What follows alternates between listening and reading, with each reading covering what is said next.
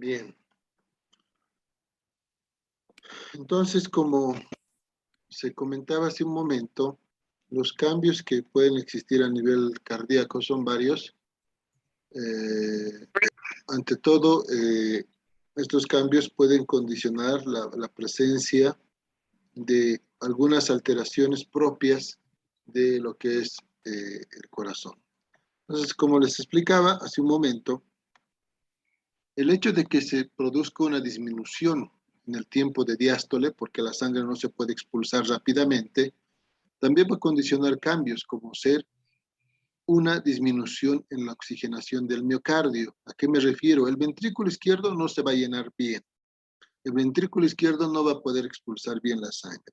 Y por ende, va a haber poca sangre que se va a distribuir en ese organismo. Incluso le va a llegar poca sangre al corazón.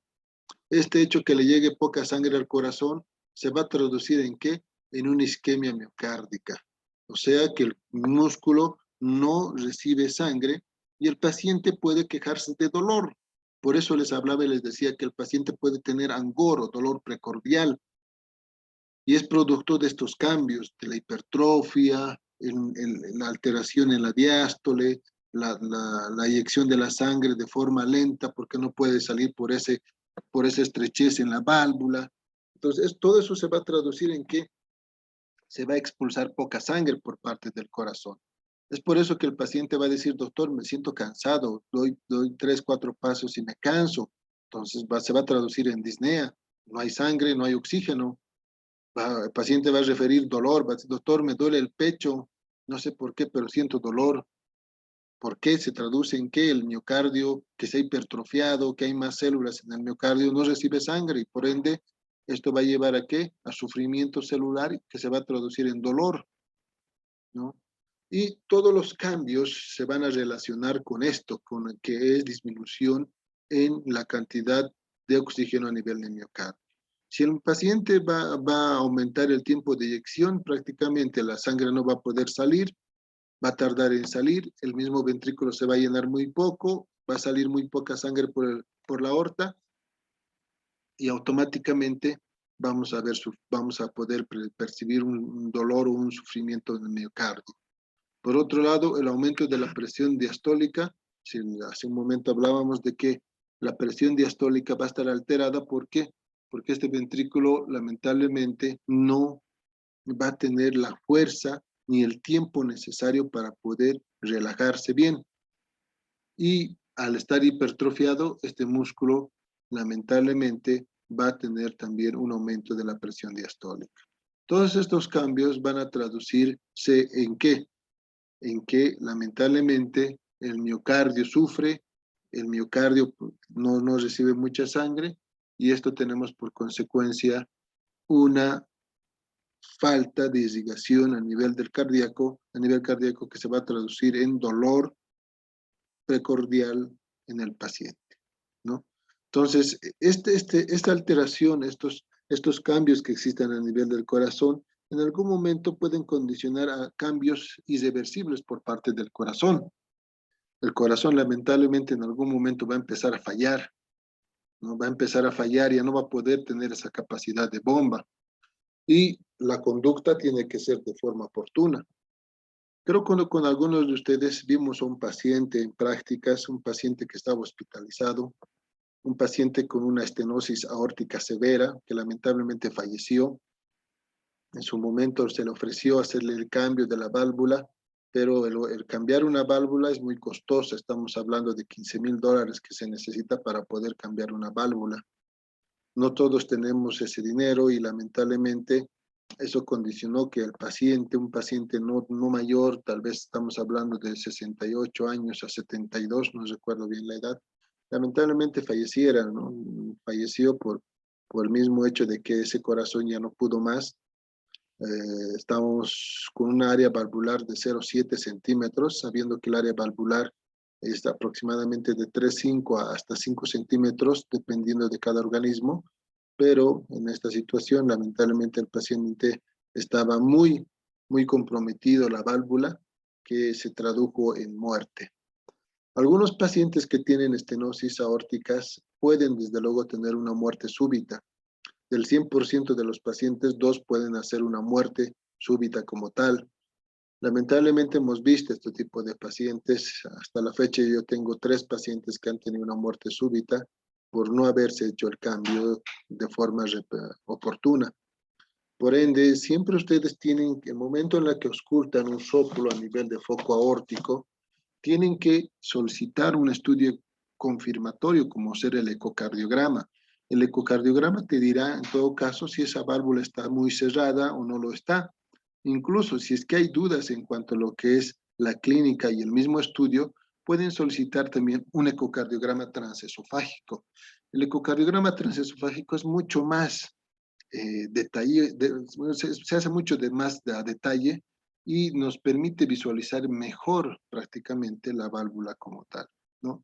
Entonces, cuando vamos haciendo protocolos de manejo, en una primera instancia siempre pedimos un ecocardiograma transtorácico. Si este estudio no nos revela algo preocupante o si son cambios tal vez no muy preocupantes, prácticamente y hay alguna duda en cuanto a lo que es la dialización, ustedes pueden optar, en todo caso, por lo que es la cirugía o en todo caso reemplazar esa válvula para evitar problemas a un futuro. Muy bien. Bien, entonces, ¿cuáles son los datos clínicos del paciente? ¿Cuál es la clínica que puede presentar? En una primera instancia habíamos hablado de disnea, ¿no? O datos de insuficiencia cardíaca, que es lo mismo al hablar de disnea. El paciente se va a referir cansancio. Por otro lado, el paciente puede referir dolor precordial o angina. Y por otro lado, el paciente puede presentar síncope. Para todos ustedes, no se olviden, en algún momento les van a preguntar, les van a decir cuáles son los datos clínicos o la triada clínica que podemos encontrar en un paciente con una estenosis severa. Disnea o insuficiencia cardíaca izquierda, síncope y angor o angina o dolor precordial. Esos 3, angina, síncope y disnea. Esos son los 3 datos clínicos de un paciente que tiene una estenosis aórtica severa y que desde luego puede condicionar a una alteración más seria por parte de ese funcionamiento del corazón que tiene esta válvula alterada. Claro que podemos encontrar también algunos otros cambios a nivel del corazón, como ser una arritmia, ¿no? En algún momento les comentaba que el ventrículo izquierdo puede hipertrofiarse. Al hipertrofiarse va a aumentar la presión en el ventrículo izquierdo y esto va a afectar a la aurícula izquierda porque la sangre proviene de la aurícula izquierda. Y en este caso la aurícula puede dilatarse. Si se dilata la aurícula izquierda, puede favorecer la presencia de fibrilación. Por ende, entonces, en algunos pacientes vamos a escuchar o vamos a tener la constancia de que están fibrilando, ese corazón está fibrilando. Si hay fibrilación, hay chance de que el paciente tenga una ACV. Recuerden, la fibrilación auricular debe anticoagularse, a excepción de que exista alguna contraindicación. ¿Por qué? Porque esta fibrilación favorece la formación de trombos intracardíacos. Y si esos trombos intracardíacos se desprenden y viajan al cerebro, te van a producir una ACV.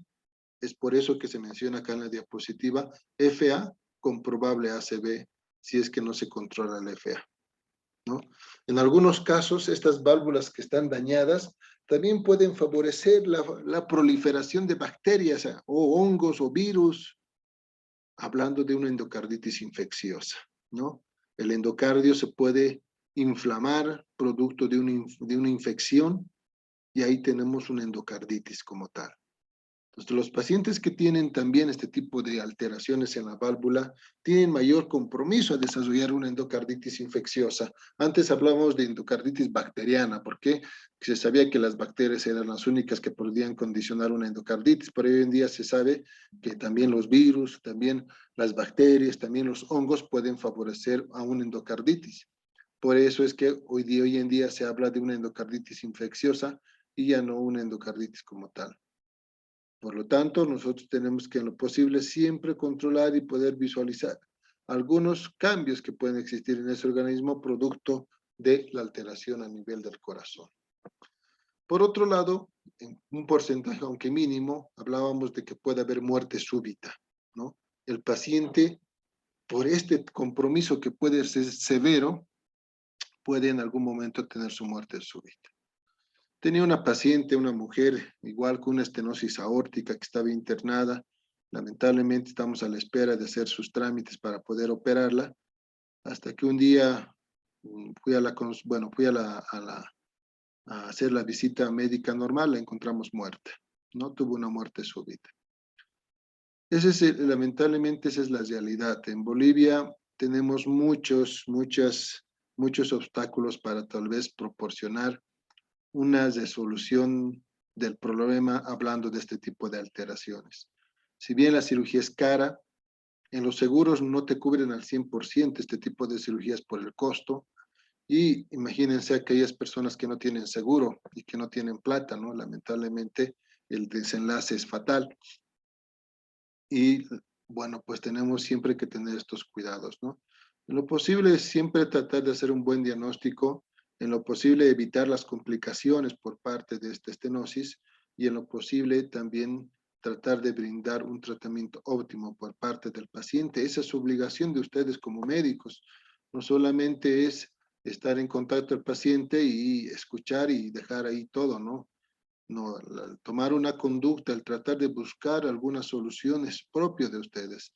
Lamentablemente nosotros tenemos algo de obstáculo por el hecho de que los pacientes por sí solos tienen un seguro que les avala, pero que lamentablemente todo pues, es condicionante con trámite, ¿no?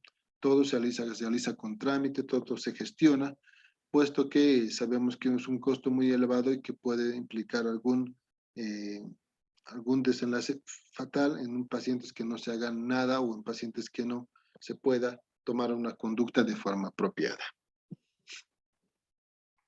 Prácticamente los pacientes que tienen estenosis aórticas recién empiezan a tener algo de clínica posterior a los 60 años.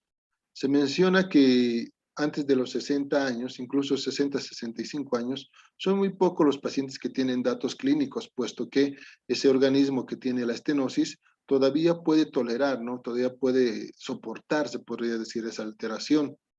Pero a medida que ya el paciente va ganando los años, 60, 65 años, hay cambios. Desde el mismo hecho de presentar datos de insuficiencia cardíaca a los 2 años, posterior a los perdón, como les decía, los datos clínicos que en primera instancia se presentan son la disnea o datos de insuficiencia cardíaca.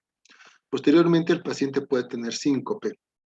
Y por último, el paciente al final puede tener dolor precordial.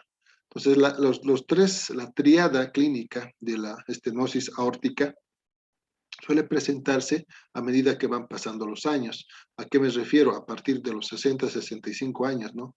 Ya puede presentar el paciente datos de disnea, al poco tiempo puede presentar síncopes y al poco tiempo tal vez dolor precordial y posteriormente muerte súbita. A medida que va pasando el tiempo, mientras más tiempo, más compromiso y más severidad en cuanto a lo que es la estenosis y el desenlace será mucho más fatídico dependiendo la evolución como tal. Por eso acá tenemos un cuadro que nos está mostrando un periodo latente donde la obstrucción prácticamente no está condicionando mayor compromiso. Sí hay cambios a nivel cardíaco, pero ese corazón trata de compensar de alguna otra forma, pues todavía ese corazón está fuerte, joven. Pero ya a partir de los 60, 65 años, fíjense, esta etapa cae, puesto que ya el paciente puede presentar clínica, ¿no? Desde lo que es una insuficiencia cardíaca hasta una muerte súbita como tal. No se olviden que si hablamos de angina, hablamos de dolor. Si hablamos de síncope, y eso a algunos les explicaba, síncope es la pérdida del conocimiento, ¿no? Es la pérdida del conocimiento de forma súbita, el paciente pierde el conocimiento de forma súbita, es de corta duración, segundos nada más, y es de una recuperación también rápida. El paciente se recupera muy prontamente posterior a la pérdida del conocimiento y en ningún momento relajamos esfínteres. Por lo tanto, son datos clínicos e importantes, por si acaso, para que nosotros podamos hacer un diagnóstico diferencial, ¿no? Porque alguna vez en la consulta nos mandan pacientes y nos dicen síncope. y les preguntamos nosotros qué pasó y no hay un dato clínico propio de un síncope cardíaco, ¿no? Algunos pacientes, y los síncopes son variados, pueden ser vasovagales, pueden ser ortostáticos, pueden ser por hiperestimulación. Hay algunas personas o algunos jóvenes que ven un suceso o pasa algo y tienen una hiperestimulación, prácticamente lo activan de muy forma precoz el sistema simpático y pueden tener algún cambio en el estado de conciencia, ¿no? Algunas personas que, un ejemplo, ven un accidente y se desmayan. Entonces, prácticamente, esas son personas que tienen una hiperestimulación, ¿no? del sistema vago. O en todo caso puede ser ortostático en las personas mayores. Se ponen de pie de forma brusca o se recuestan de forma brusca, tienen mareos, incluso se desmayan. Pero eso no es por el corazón, no es por los cambios ortostáticos a nivel de la presión. O puede ser vasovagal, ¿no? En aquellas personas que prácticamente manejan presiones muy bajitas, jóvenes que están con presiones de 90, 70 y algún cambio en cuanto a lo que es este tipo de presiones puede conllevar a alteraciones en el estado de conciencia. Entonces, eso es variable. Si se dan cuenta, hay muchas causas de síncope, pero el de tipo cardíaco es netamente corta duración. El paciente recuerda todo, por si acaso. Es un dato también muy importante al diferenciarlo de una convulsión, ¿no? Si una persona convulsiona, tiene movimientos tónico-clónicos, a veces relaja esfínteres, ¿no? ¿A qué me refiero? Se hace pis, se hace popó, o en todo caso también una vez que recupera la conciencia no recuerda nada de lo que pasó día previo. Por lo tanto, hay que tener eso en cuenta, hay que orientarnos siempre bien, hacer un buen dato en cuanto a lo que es, o buena recolección de datos en cuanto a lo que es la anamnesis, y poder, desde luego, también hacer un buen examen físico. Eso nos va a ayudar bastante a lo que es el poder detectar la alteración. Algunos de ustedes se han dado cuenta, yo un ejemplo siempre tomo la presión, por más que mi residente tome la presión, yo siempre tomo la presión, siempre ausculto el corazón, porque es mejor escucharlo, es mejor percibirlo, a que tal vez nos den mala información. Entonces, el porcentaje de presentación, ya sea de la insuficiencia cardíaca, ya sea del angor, ya sea de la muerte súbita, es variable. Un ejemplo, el 50% prácticamente de todos los pacientes con estenosis va sí o sí desarrollar una insuficiencia cardíaca. No se olviden esto porque es muy importante. El 35% va a referir angina. Un porcentaje menor va a referir síncope y lo que les hablé hace un momento, va a haber también muerte súbita, pero en un porcentaje menor al 2%. Estos son cambios o porcentajes de presentación en cuanto a lo que son los datos clínicos en el paciente. La mayoría siempre va a desarrollar insuficiencia cardíaca, siempre se va a quejar de que se cansa rápido, o en todo caso, o que no tiene su clase funcional, está muy deteriorada a comparación de otros años, ¿no? Entonces, también podemos ver que su presentación en cuanto a lo que es los datos clínicos son variables, dependiendo desde luego de muchos factores y ante todo del compromiso, de la severidad de la estenosis que se presenta. Dolor precordial es algo que vamos a encontrar en el paciente en un porcentaje tal vez moderado. Es un dolor que es típico de un sufrimiento cardíaco, un dolor opresivo, un dolor retroesternal, un dolor que suele manifestarse tal vez durante el esfuerzo, un dolor que no va a calmar con nada ni al cambio de posición, un dolor prácticamente que va a condicionar incluso el agarrarse el pecho con las manos, como vemos en la imagen, ¿no? Es un dato clínico que siempre nosotros tenemos que evaluar en el paciente. Miren cómo él lleva las manos a nivel prácticamente retroesternal, tratando desde luego de apalear el dolor, comprimiendo el pecho como tal, ¿no? Entonces, la angina de pecho, dolor precordial o angor, prácticamente suele estar presente en el paciente. Por otro lado, podemos observar esta imagen donde nos habla de la estenosis aórtica y los tipos de angor o dolor precordial que podemos encontrar.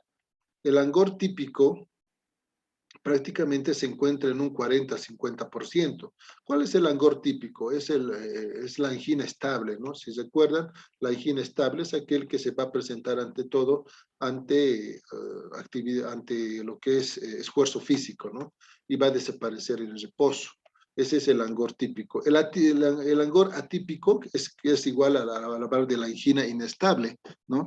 La angina inestable prácticamente es aquel dolor que se va a manifestar durante actividad física, pero no va a ceder durante el reposo a comparación del angor típico o angina estable.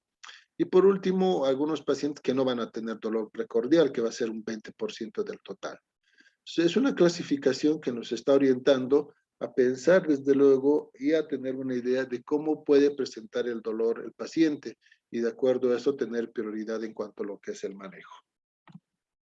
Síncope, en la imagen nos dice todo, persona que perdió el conocimiento, persona que de repente no recupera la conciencia en segundos nada más, pero posteriormente la recuperación es rápida. Y ustedes dirán, ¿y por qué hay pérdida de conocimiento?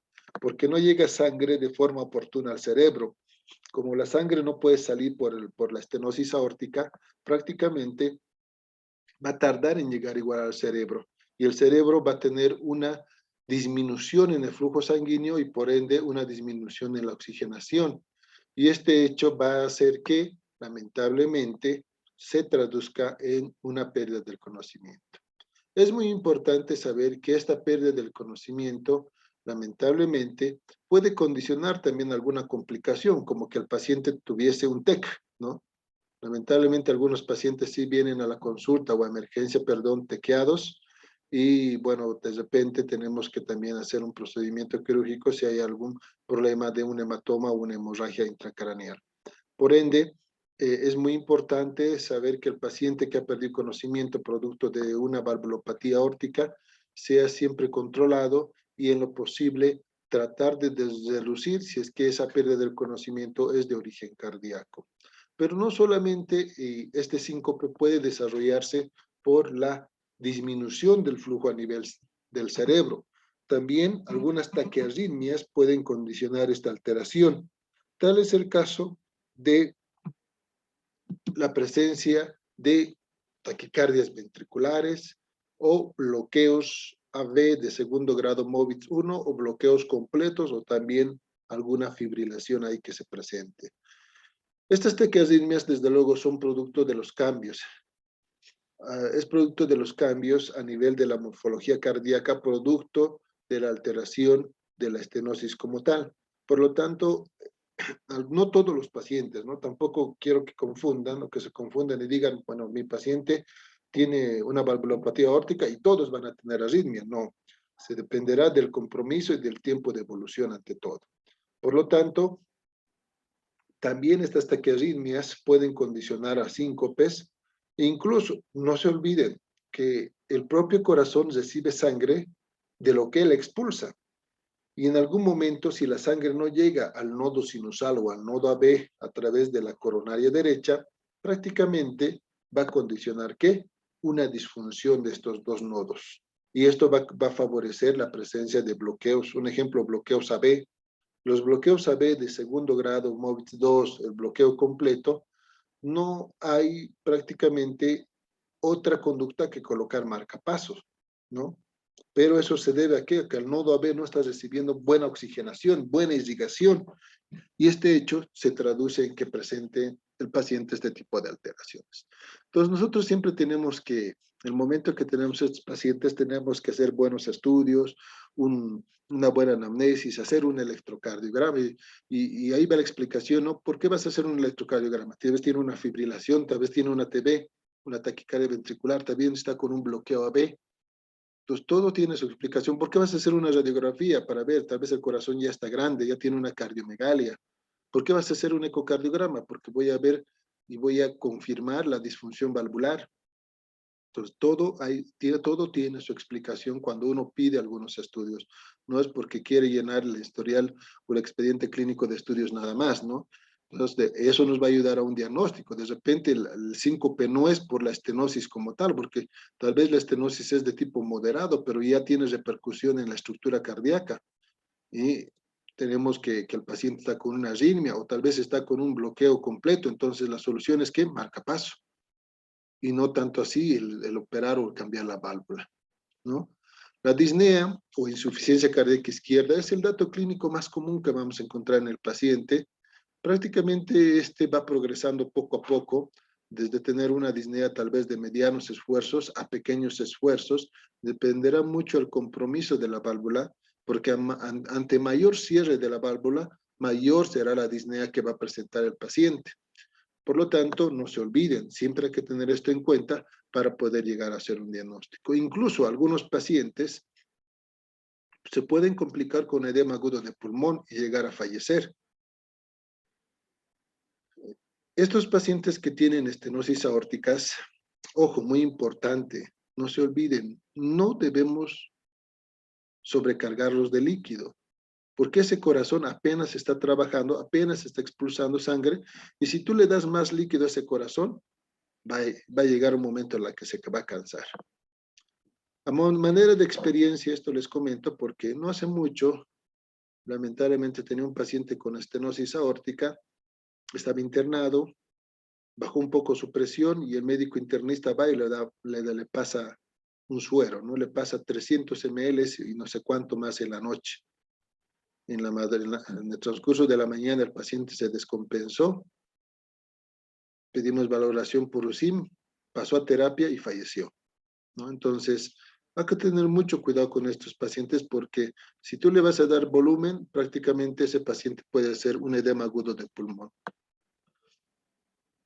Por ende, tenemos que tener mucho cuidado con estos pacientes porque ese corazón está cansado, ese corazón no puede expulsar la sangre, ese corazón tiene deterioro en su funcionamiento y que tú le des más volumen a alguien que está cansado o un corazón que está cansado es para matarlo, para finiquitarlo el corazón. Por lo tanto, hay que tener mucho cuidado en ese sentido. Los pacientes con insuficiencia cardíaca, dependiendo del compromiso, tienen que ustedes tratar de favorecer y condicionar una mejor tolerancia a lo que es la clase funcional, evitando desde luego complicaciones en cuanto a la conducta o el progreso por parte de la enfermedad. Algunos pacientes pueden tener muertes súbitas, ya habíamos comentado eso. Algunos pacientes pueden tener taquiarritmias, también habíamos comentado eso. Algunos pacientes pueden tener ACVs, productos de la fibrilación auricular. También hace un momento indicábamos eso, ¿no? Que algunos pacientes pueden complicarse con fibrilación auricular, formar trombos y tener ACVs por lo tanto, ¿no? Entonces es muy importante tener esto en cuenta y en algunos casos también puede relacionarse este tipo de alteraciones con pacientes que van a tener algún grado de sangrado a nivel intestinal, producto de qué, de angiodisplasias intestinales, ¿no? Lamentablemente el intestino puede tener cambios por alteraciones en la vasculatura intestinal, por el bajo flujo que existe, muy poco flujo, muy poco, tal vez, muy poca sangre que se va a presentar a nivel vascular, y este hecho puede condicionar que existan a altura algunas alteraciones en los vasos a nivel intestinal y con presencia de hemorragias digestivas, ¿no? Es muy raro, la verdad, yo no he tenido ningún paciente hasta la fecha con hemorragia digestiva, puesto que el tratamiento siempre se ha tratado de dar de forma oportuna y también siempre tratando de prevenir alguna complicación, pero les recalco nuevamente, a veces no siempre tenemos las herramientas necesarias o tenemos algún contratiempo en cuanto a lo que es la conducta por parte de estos pacientes. No se olviden que a mayor edad, mayor el chance de tener una válvula esclerosada. Hoy en día el ecocardiograma es un estudio, se podría decir, gold estándar dentro de lo que es el diagnóstico confirmatorio en estos pacientes que tienen valvulopatías. Se sabe que gracias al ecocardiograma vamos a poder medir la velocidad, cuán veloz está saliendo la sangre. A mayor velocidad, mayor es el cierre, ¿no? A mayor estenosis, mayor la velocidad, porque la sangre trata de salir rápido por ese orificio que está estrecho. También puede haber algún grado de compromiso en lo que es la fracción de eyección. No se olviden, tal vez algunos de ustedes han hablado con sus docentes de prácticas de la fracción de eyección. La fracción de eyección es el porcentaje de sangre que se expulsa por el ventrículo izquierdo. El valor normal va de 53% hasta 55% para arriba. En alguna literatura van a encontrar 55% para arriba. En algunas guías o las últimas guías nos hablan de un 53% para arriba. ¿A qué me refiero? Si la fracción de eyección está de 60, 70, está normal porque el valor o el porcentaje debe ser mayor a 53% como tal. Este fracción o este volumen que se expulsa por el ventrículo izquierdo es fundamental para poder irrigar y poder permitir la perfusión a nivel de todos nuestros organismos. Entonces, por ende, esta fracción de eyección la podemos desde luego calcular gracias al ecocardiograma, ¿no? Y también medir los diferentes gradientes de presión en cuanto a lo que es el ventrículo izquierdo y la aorta. Vamos a ir desde luego viendo también algunos otros estudios que podemos hacer como una prueba de esfuerzo. Las pruebas de esfuerzo, o que algunos de ustedes creo que hemos hecho un test de esfuerzo, ¿no? Las pruebas de esfuerzo prácticamente nos ayudan también dentro del diagnóstico. ¿Por qué? Algunos pacientes que tienen estenosis aórtica severas no tienen clínica. Algunos, la verdad, no tienen datos clínicos y el diagnóstico es mera casualidad. Entonces, para poder pensar de que este paciente no necesita por el momento una válvula mecánica o un reemplazo de la válvula, también ustedes pueden sugerirle hacerse una prueba de esfuerzo. Si en la prueba de esfuerzo el paciente refiere clínica, entonces ya estamos ante un paciente que sí se quiere el cambio de la válvula. ¿Por qué? Porque el corazón está empezando a sufrir ante un esfuerzo físico y que a la larga puede condicionar algún otro problema serio como ser un infarto agudo de miocardio. Por lo tanto, tengamos en cuenta siempre este punto, y es algo que tal vez se les va a preguntar también en el examen. Si yo tengo un paciente, un ejemplo, que no tiene clínica, tiene una estenosis aórtica severa, puedo hacerle la prueba de esfuerzo. Si la prueba de esfuerzo me sale positiva, cambio de la válvula. Si la prueba de esfuerzo me sale negativa, entonces puedo aguardar y no hacer un cambio de la válvula todavía, puesto que el corazón no está sufriendo cambios o sufrimientos ante lo que es actividad física y que existe una válvula aórtica cerrada. Otros cambios que condicionan una válvula, o mejor dicho, un reemplazo de la válvula es la clínica. Si mi paciente tiene síncope, si tiene angor, si tiene datos de insuficiencia cardíaca y hay una estenosis aórtica cerrada, entonces hay que cambiar. No hay que esperar, hay que hacer el trámite o hay que favorecer, desde luego, la condición de que se pueda hacer el reemplazo de la válvula.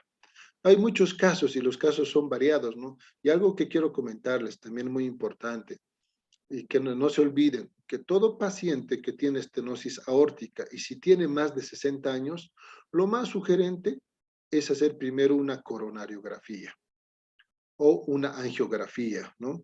La coronariografía o angiografía, que es lo mismo, es un estudio de las arterias, ¿no? Con contraste, nosotros introducimos contraste y visualizamos si es que las arterias están obstruidas. ¿Por qué? Se sabe que a mayor edad, mayor el chance de que exista una obstrucción de las arterias. Y si yo voy a operar la válvula, tengo que tener pues las arterias libres, ¿no? Permeables para poder favorecer y tener una buena irrigación durante el acto quirúrgico. Imagínense que yo tengo las arterias cerradas. Voy a operar, pero la sangre prácticamente no va a llegar a mi corazón porque están las arterias tapadas y mi corazón va a empezar a sufrir, va a empezar a tener cambios. Porque el hecho de operar una válvula no se hace pues no es una cirugía convencional, es una cirugía muy compleja, donde vamos a necesitar incluso la intervención de terapia intensiva, ¿no? Por lo tanto, también se va a hablar de utilizar una circulación extracorpórea. El corazón deja de trabajar durante la cirugía y estamos utilizando una circulación extracorpórea donde la sangre está desde luego siendo bombeada por otro equipo. Por lo tanto, es una situación muy estresante para el corazón. Por ende, tengo que tener las arterias libres. Por lo tanto, no se olviden, mayor de 60 años con estenosis, primero hago una coronariografía. Si la coronariografía me dice, están bien las arterias, pues procedo a operar. Pero si me dicen, están obstruidas, primero desobstruyo las arterias y procedo a operar. Esa es la conducta que se debe tomar. Bien, entonces, no se olviden, ya habíamos hablado de las causas. La mayoría de las causas de las valvulopatías de tipo estenóticas, ante todo, en la aorta va a ser de tipo valvular, ¿no? El 90% habíamos hablado que es de tipo valvular. y bueno, un 10% estará representada por la supra y por la subvalvular. Entonces, generalmente, si hablamos de cardiopatías estenóticas, tenemos la congénita y la adquirida. En la adquirida está desde luego la fiebre reumática y la esclerosante, porque la esclerosante se va a adquirir con los años, ¿no? Mientras que la congénita ya nació uno con la alteración a nivel de la válvula. Las cardiopatías estenóticas de tipo congénito, no se olviden, la más común es la bicúspide. Yo les recalco, la mayoría, uno he visto con unicúspide, pero el resto de cardiopatías congénitas, la verdad he visto que son bicúspides. Entonces, muchos nacen con válvulas aórticas bicúspides. Eh, este hecho, desde luego, va a condicionar a alteraciones en el tracto de salida y en el flujo por lo que es el ventrículo izquierdo. En las adquiridas, la fiebre reumática y posteriormente la degenerativa. En nuestro medio, por si acaso, ojo, nuevamente les recalco, la más común entre los dos es la fiebre reumática, después le sigue la degenerativa. Ya en otros países es al revés, degenerativa es la causa más común. Si bien es degenerativo, es por los años. Mientras más edad, mientras más años, más la probabilidad. No quiere decir que toda persona mayor a 70 años tiene sí o sí una válvula aórtica estenosada, no es así.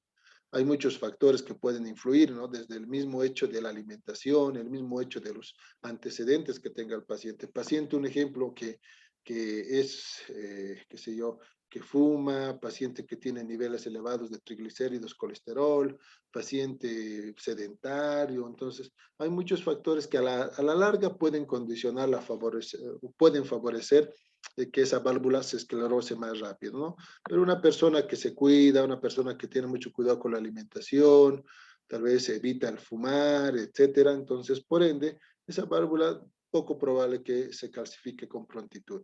En cuanto a lo que es la fiebre reumática, bueno, pues prácticamente la causa es muy variada desde el mismo hecho de tener esa predisposición genética. Todos se preguntarán y dirán, pero todos en algún momento hemos enfermado con una faringitis y tal vez por el estreptococo. ¿Y por qué no he desarrollado fiebre reumática?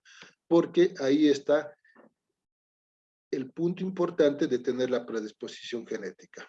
La fiebre reumática no solamente es una enfermedad autoinmune, donde nuestros propios anticuerpos actúan o dañan nuestros organismos, nuestras células, sino también tiene que existir una predisposición genética, que ustedes tengan receptores similares al del estreptococo, donde nuestros anticuerpos los reconozcan como extraños y empiecen a producir alteraciones. Ese es el punto importante, por si acaso, para poder orientarnos acerca de la fiebre reumática.